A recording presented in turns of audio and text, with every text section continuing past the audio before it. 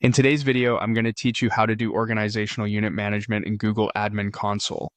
Organizational units, or OUs, are the backbone of how policies, apps, and settings are applied across your users and devices in Google Workspace. Think of them as folders in a hierarchy. You can place departments, locations, or specific groups under different OUs and let settings flow down from parent to child. With that in mind, let's walk through creating and managing an OU clearly and confidently. First, sign in to the Google Admin Console. You'll need administrator privileges to make these changes. From the Admin Console home, look to the left navigation and open Directory. This is where you manage users, groups, and the structure of your organization.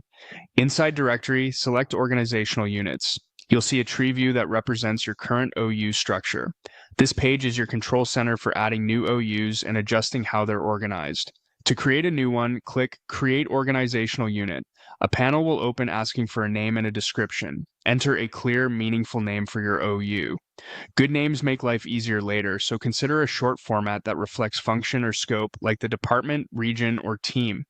Next, add a description. This is optional but helpful for future administrators. Use it to capture the OU's purpose, any relevant notes, or what policies it's meant to inherit. When you're satisfied, click Create. The new OU will appear in your tree. By default, it inherits settings from its parent OU, so the place you create it matters. If you need different policies, for example, stricter security for contractors versus full-time staff, make sure the OU sits under the right parent so it picks up the correct defaults. After creation, you can edit and move the OU as needed. Select the OU to open its details, where you can rename it or update the description if requirements change. If you need to reposition it in the hierarchy, use the Move option to place it under a different parent. This is a powerful action. Moving an OU can change the settings it inherits, which can affect sign-in rules, app access, and device policies.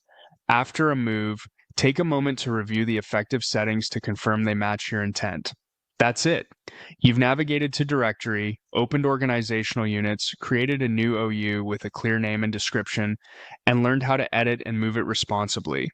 With a tidy OU structure, managing policies becomes predictable, scalable, and much easier to maintain.